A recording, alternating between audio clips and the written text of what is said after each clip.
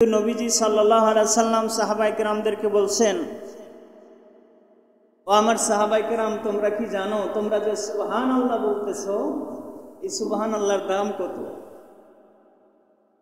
নবীজি কখনো দেখাইছেন, ওই যে উহুদ পাহাড়টা দেখো, একবার সুবহানাল্লাহ আলহামদুলিল্লাহ বললে এই উহুদ পাহাড় পরিমাণ সওয়াব আল্লাহ দান করবেন। সুবহানাল্লাহ।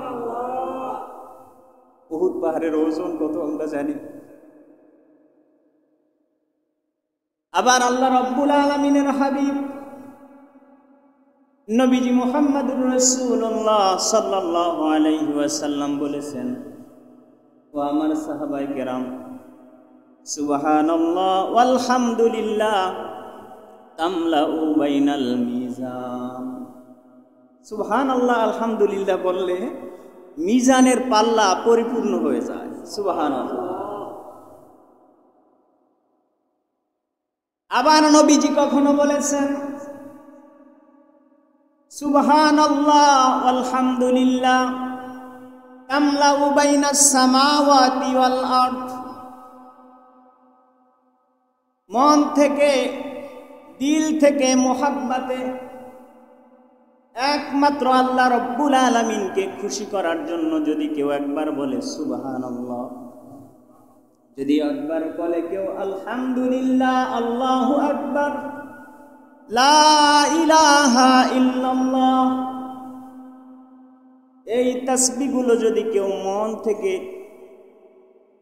সেই রবের মোহাব্বতে যদি কেউ পড়ে, আল্লাহ বলেন আসমান এবং জমিনের মাঝখানে যত ফাঁকা জায়গা আছে সবগুলো আমি আল্লাহ নেকি দিয়ে ভরপুর করে দেই। সুবহানাল্লাহ।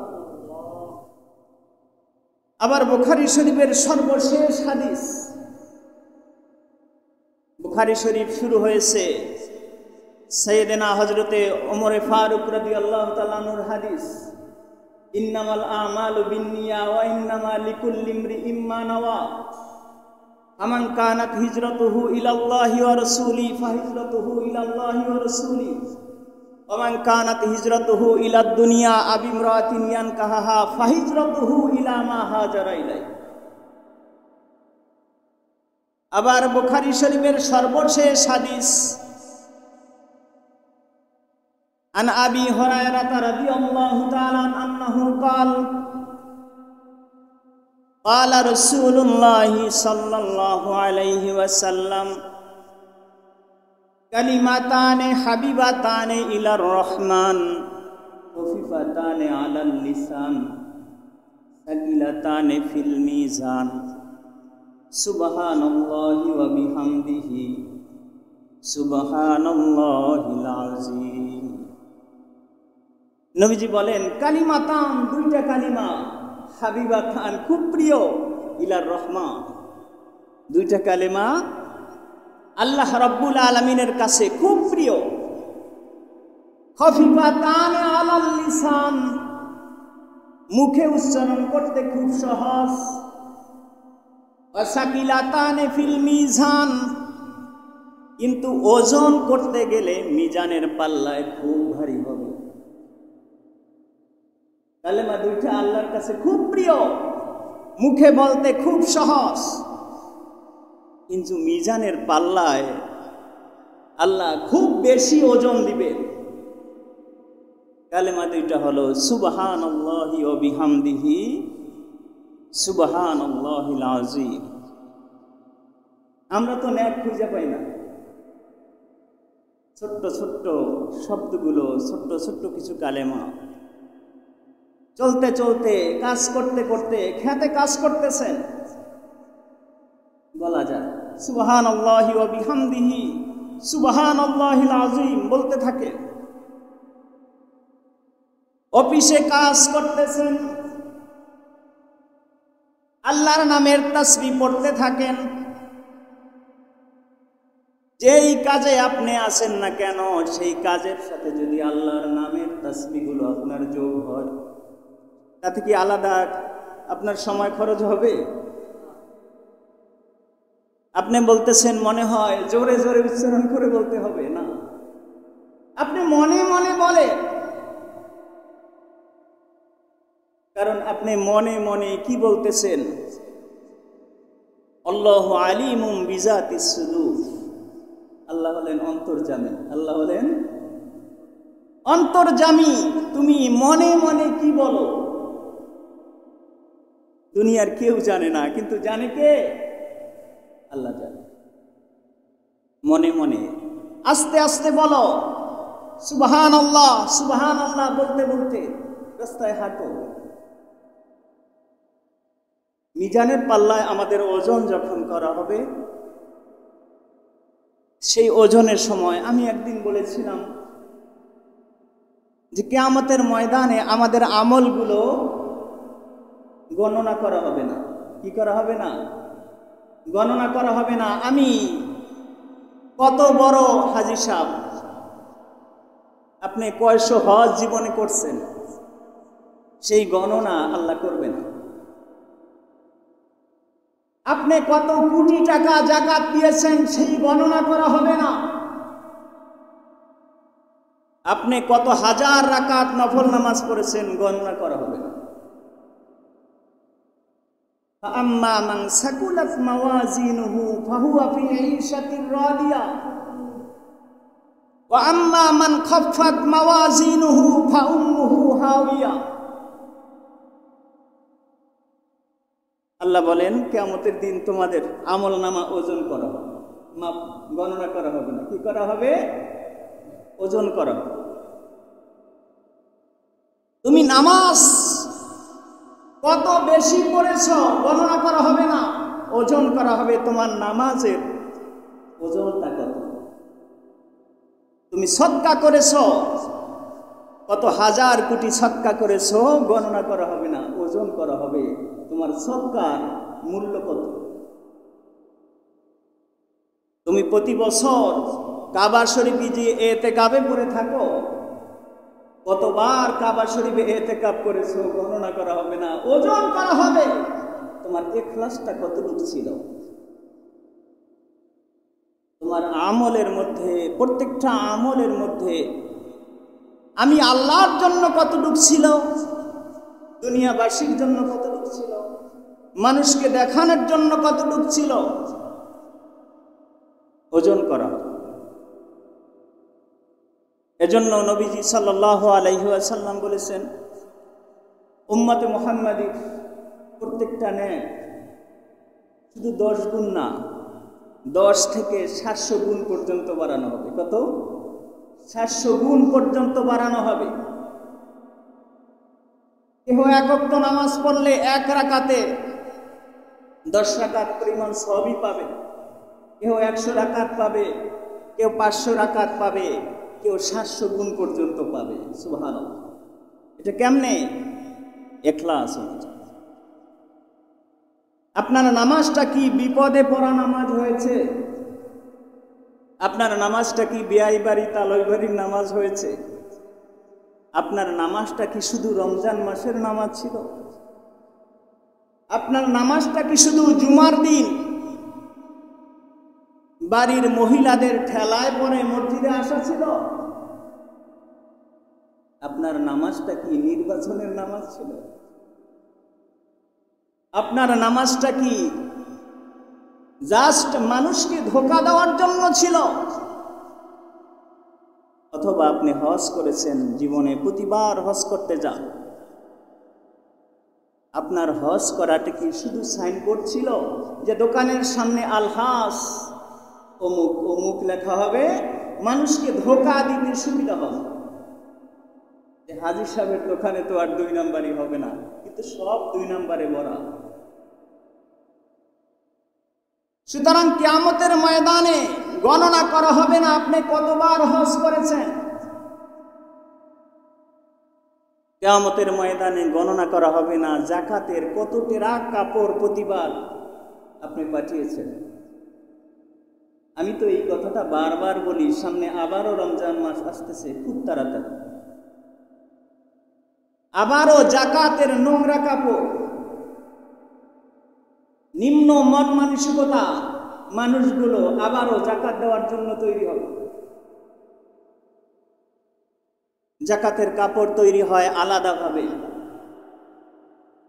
ঢাকার শহরের মার্কেটে আপনারা সবাই জানেন, পুরানো কথা, নতুন কিছু না, দেখবেন লেখা এখানে জাকাতের কাপড় পাওয়া যায়। তার মানে কি? আপনি আমি সচরাচর যেই কাপড়টা পরি এইটা জাকাতের কাপড় না, এইটা আমাদের সাহেবরা জাকাতের কাপড় দেয় না। এমন জাকাতের কাপড় বানানো হয় তার চেয়ে একটা গামছার দাম বেশি। বড় একটা ভালো মানের গামছা কিনতে গেলেও 300 টাকা লাগে, আর জাকাতের কাপড় তার সর্বোচ্চ 150 থেকে 200 টাকা। এই জাকাতের কাপড় নিম্নমানের কাপড়, যেটা কোনো মেয়েল, আমার কোনো মা বোন সেটা পরে বাহিরে বের হতে পারে না, কোথাও বেড়াতে যেতে পারে না, 2 বার 3 বার ধুইলে সেই কাপড়টা আর কাপড় থাকে না, গামছা হয়ে যায়। কে বলছে আপনাকে এই জাকাত দিতে? এরকম 1000 কোটি টাকার জাকাত দিলেও খোদার কসম করে বলি 1 টাকার জাকাত আদায় হবে না। ইসলামে জাকাতটা তো এজন্য জাকাতের নিয়ম করা হয় নাই যে গরিব মানুষরা গরিবই থেকে যাক, ধনী মানুষরা তাদের আশেপাশে যেন গরিবরা কখনো আসতে পারে না। এজন্য তো জাকাতের এই নিয়মটা ইসলাম করে নাই। জাকাতের নিয়ম করছে এজন্য গরিব মানুষরা যেন স্বাবলম্বী হয়ে যায়। এইবার আমি 5 জনকে জাকাত দিব, এই 5 জন আগামী বছর আর জাকাতের জন্য দাঁড়াতে হবে না, সে একটা কর্মসংস্থান তৈরি করতে পারবে। আমি 5 লক্ষ টাকা জাকাত দিব, 1000 জনকে জাকাত দেওয়া দরকার নাই, 5 জন মানুষকে 5টা অটো কিনা দেন, বাস সে স্বাবলম্বী হয়ে যাবে। তার আর জাকাতের পয়সা তোলার দরকার নাই।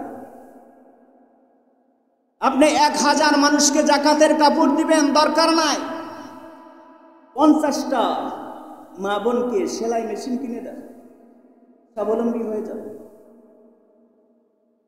জাকাতের সিস্টেমটা হলো সমাজ থেকে অভাব দূর করা।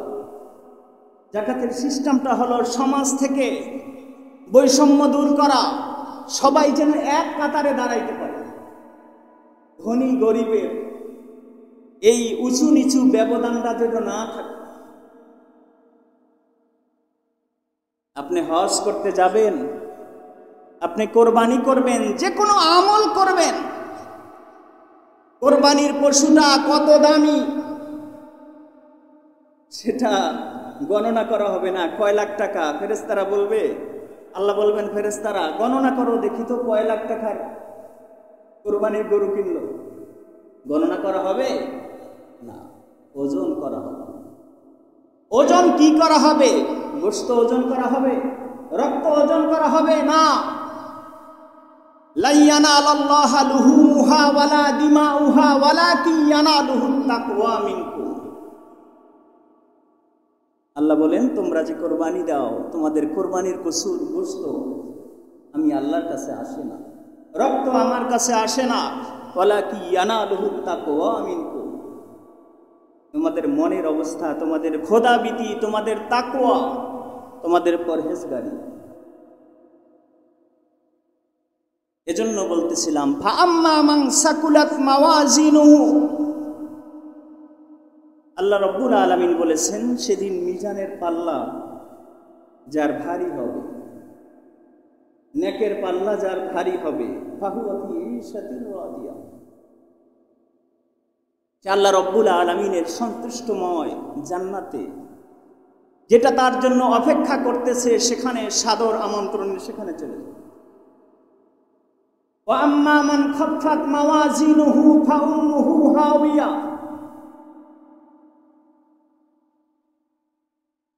এবং যার সেদিন মিজানের পাল্লাটা হালকা হয়ে যাবে,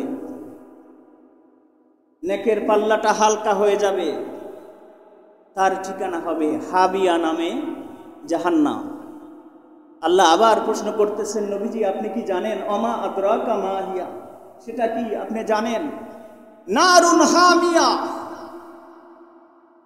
সেটা হলো লেলিহান শিখা, আগুনের লেলিহান শিখাময়, অগ্নি শিখাময়। একটি জাহান্নাম, সেখানে তার অবস্থান হবে। সুতরাং বলতেছিলাম, আমরা এখন একটা সুবহানাল্লাহর কদর বুঝি না, কারণ আমরা বাকিতে বিশ্বাস করি না। পৃথিবীর এখন স্লোগান হলো নগদ যা পাও হাত পেতে নাও, বাকির খাতায় শূন্য দাও। কিন্তু ইসলামের বেলায়, পরপারের বেলায়, আমলের বেলায় নগদের হিসাবে আসলে কিছুই নাই। আমি মাঝে মাঝে প্রায় বলি, এখন আমরা নামাজ পড়ি, নামাজের নগদ আপনি কি পাবেন? যদিও দুনিয়াবি অনেক ফায়দা আছে নামাজের মধ্যে, কিন্তু নগদ পাওয়ার জন্য কিন্তু আমরা নামাজ পড়ি না। সেই বাকিতে পাবো এজন্য নামাজ পড়ি। আমরা সদকা দেই, নগদে কিছু পাবো এজন্য না, বাকিতে আশা করতেছি সামনে পাবো। আমরা রমজান মাস আসলে রোজা রাখি, নগদে কিছু পাওয়ার জন্য না, কারণ আল্লাহ রব্বুল আলামিন বলেছেন আস-সাওমু লি ওয়া আনা আজজি বিহি, রোজা আমার জন্য এবং আমি নিজ হাতে রোজাদারকে পুরস্কার করব। আবার নবীজি বলেছেন আস-সাওমু জুন্নাহ, রোজা হলো জাহান্নাম থেকে ঢাল শুরু, সবকিছুর থেকে ঢাল। হাসরের ময়দানে সূর্যটা তখন মাথার খুব কাছে থাকবে, মানুষ যখন ঘামের সাগরে হাবুডুবু খেতে থাকবে, রোজা ঢাল হয়ে দাঁড়াবে, রোজাদার টেরই পাবে না হাসরের ময়দানের ঘাম কোথায়। আল্লাহ রব্বুল আলামিন ডাক দিবেন আইয়ুহাস সাইমুন, আমার রোজাদাররা কোথায়? চৈত্র মাস, ফাল্গুন মাস, সেই বৈশাখ মাসের রৌদ্রের মধ্যে যারা রোজা রেখেছে, জিহ্বাটা শুকিয়ে গেছে, কর্মজীবী মানুষ, খেত খামারে কাজ করা মানুষ, কিন্তু রোজাটা ভাঙে নাই। কত বড় কঠিন কাজ করে, কিন্তু আমি দেখছি যারা রোজা রাখে, সারাদিন রোজা রেখে মুখটা শুকিয়ে গেছে, তারপরও তাদের মুখে কত সুন্দর একটি জান্নাতি হাসি। সুবহানাল্লাহ। কাজ করে ক্লান্ত হয়ে আসরের সময় বসে আছে, তাদের সাথে যখন কথা বলবেন দেখবেন মনের মধ্যে আলাদা একটা তৃপ্তি, আলাদা একটা আনন্দ। কিন্তু যেই লোকটা সকালে খাইছে, একটু আগে দুপুরে খাই আছে, তার মনে ওই আনন্দটা নাই। কেন নাই? আনন্দটা তো আপনি বানাইতে পারবেন না, আনন্দটা আসে তো উপর থেকে।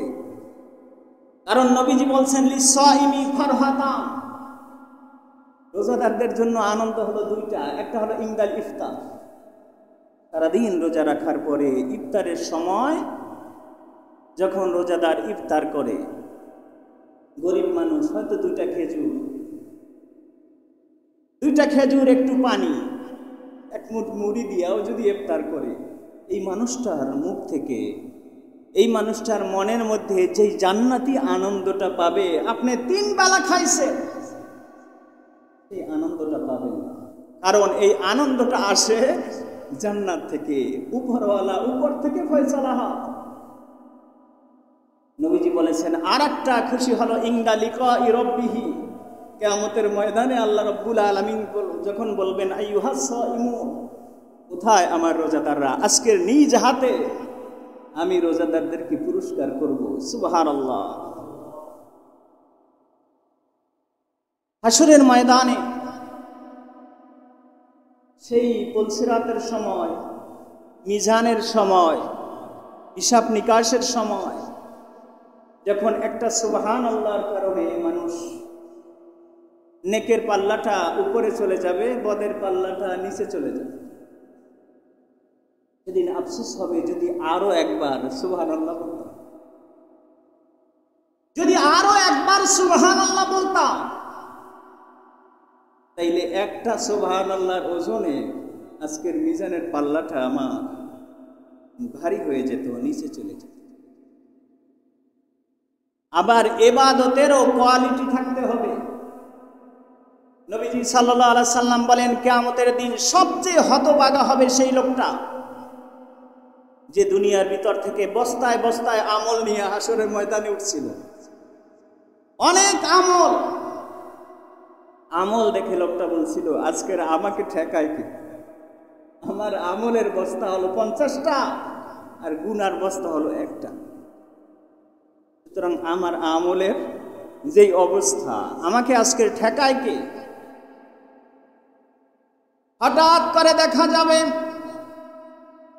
একদিক থেকে ছুটে একটা লোক আসতেছে, সে বলবে, ও আল্লাহ, এই লোকটার আমল নামা দেখে এই লোকটা এত বেশি আমল নিয়ে আসছে হাসরের ময়দানে, কিন্তু এখনই এই আমল মিজানের পাল্লায় তোলা যাবে না, কারণ এর সাথে আমার হিসাব নিকাশ আছে, এর সাথে আমার হিসাব নিকাশ আছে।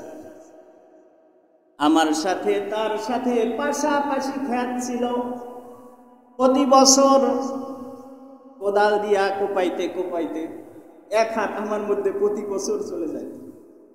আমি হলাম একা, তারা হলো 7 ভাই। তার সাথে আমার করার কিছু ছিল না।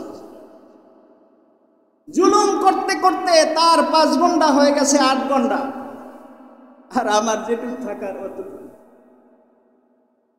কিছু বলতে পারি নাই, কিন্তু আজকের তো আর জুলুম চলবে না। আজকের আমি বিচার চাই, আমারটা ফেরত চাই। আল্লাহ রাব্বুল আলামিন বলবেন, কিভাবে ফেরত দিবে? আজকের তো তুমি জমি নিয়ে আসো নাই, ধানও নিয়ে আসো নাই, আলু নিয়ে আসো নাই। তার সাথে ফয়সালা করো, যেমনি পারো ফয়সালা করো। তোমার যে ন্যাক আছে, কত পরিমাণ ন্যাক দিলে সে খুশি হয়, তাকে সেই পরিমাণ দিয়ে দাও।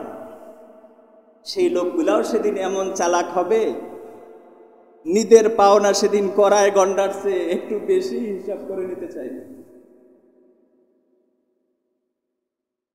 এবার লোকটা দেখবে 50 বস্তা আমল ছিল, 10 বস্তা চলে গেছে, এখনো 40 বস্তা। মনে করেন, বুঝানোর জন্য বলছি। হঠাৎ করে একদিক থেকে আরো 2-4 জন লোক দৌড়ে আসবে। দৌড়ে এসে বলবে, আল্লাহ, আমি তার প্রতিবেশী ছিলাম, আমাদের সাথে জুলুম করেছে, আমাদের হক নষ্ট করছে, তার অত্যাচারে আমরা টিকতে পারি নাই। আল্লাহ রাব্বুল আলামিন বলবেন, ফয়সালা করো তার সাথে। ফয়সালা করতে গিয়ে 5 জন আসছিল, 5 জনটাকে মনে করেন 2 বস্তা করে 10 বস্তা আবার দিচ্ছে।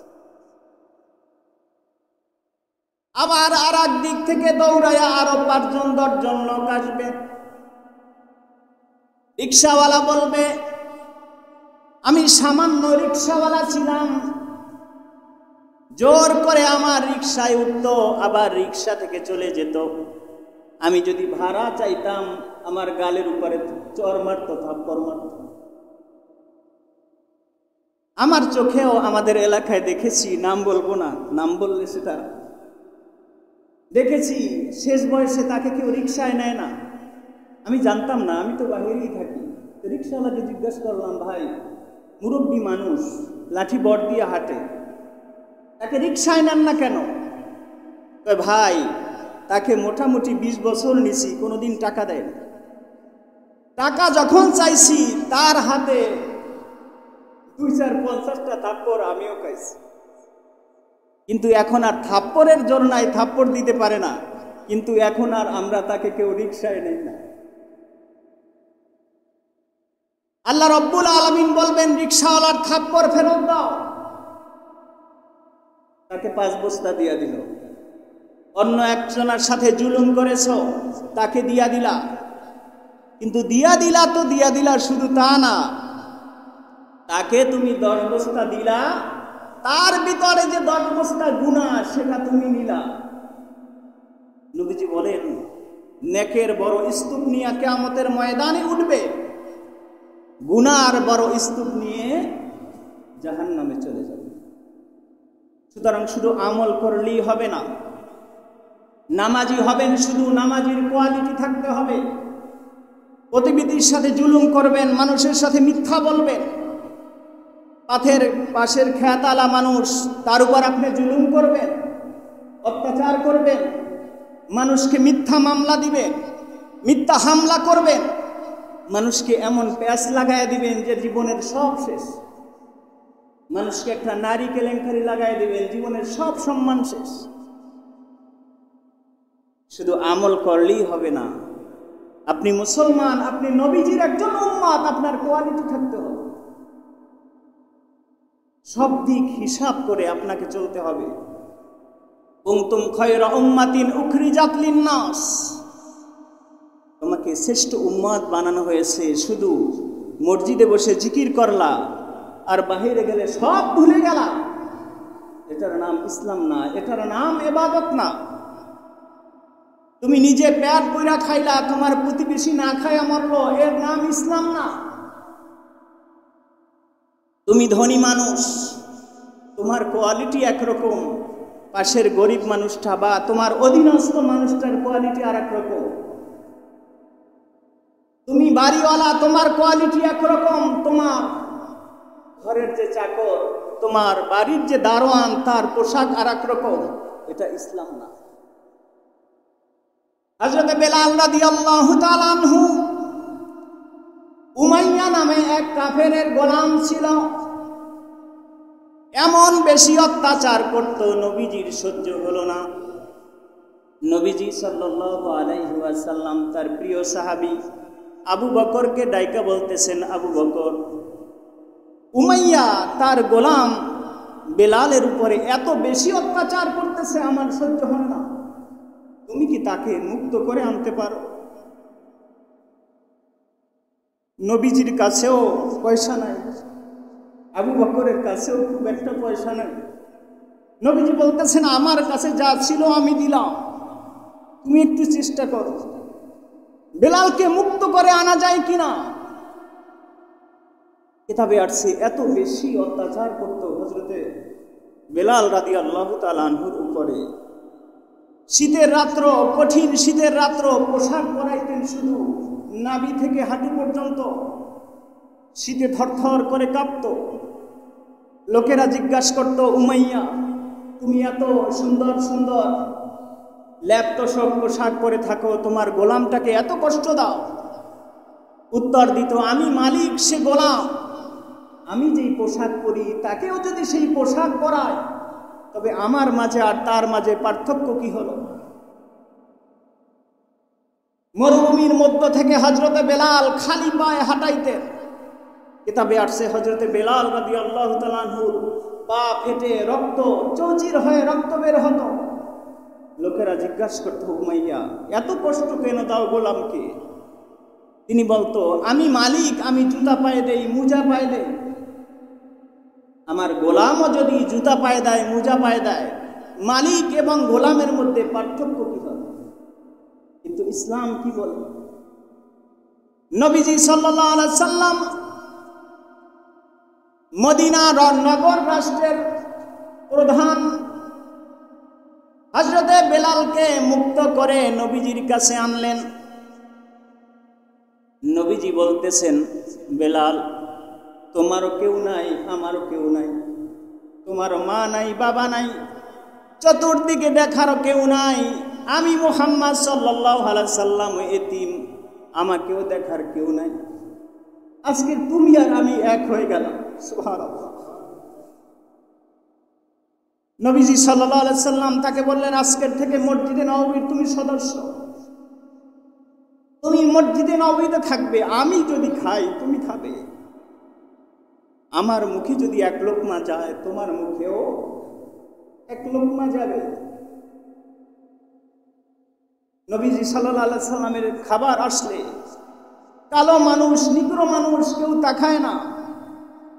আর আমার নবীজি সাল্লাল্লাহু আলাইহি সাল্লাম চাঁদের চেয়েও সুন্দর মানুষটা বলতেন, বেলাল তাল হুনা, এদিকে আসো, তুমি আর আমি এক প্লেটে খাবো। সুবহানাল্লাহ। এটা হলো ইসলাম, এটা হলো ইসলামের সৌন্দর্য। শুধু আমল করলেই হবে না, আমলের কোয়ালিটি থাকতে হবে। শুধু নামাজ পড়বেন, সেজদায় পড়ে থাকবেন, আপনার সামাজিকতা থাকবে না, আপনার আচার আচরণের মধ্যে রং থাকবে, আচার আচরণের সৌন্দর্য থাকবে না, আপনার লেনদেনের সৌন্দর্য থাকবে না, আপনার কথাবার্তার সৌন্দর্য থাকবে না, আপনার প্রতিবেশীর সাথে সুন্দর আচরণ থাকবে না, এটাকে মুসলমানই বলে না। মুসলমান হতে হলে ইসলাম অনুসরণ আপনাকে করতে হলে আপনাকে আত্মসমর্পণ করতে হবে এক আল্লাহর সামনে। মুসলমানি বুয়াত গর্দান নিহাদান, মুসলমানি হলো নিজের মাথাকে ঝুঁকানো, মাথা উঁচু করা না। এনানে খদ বাদস্তে খাজাদাদান।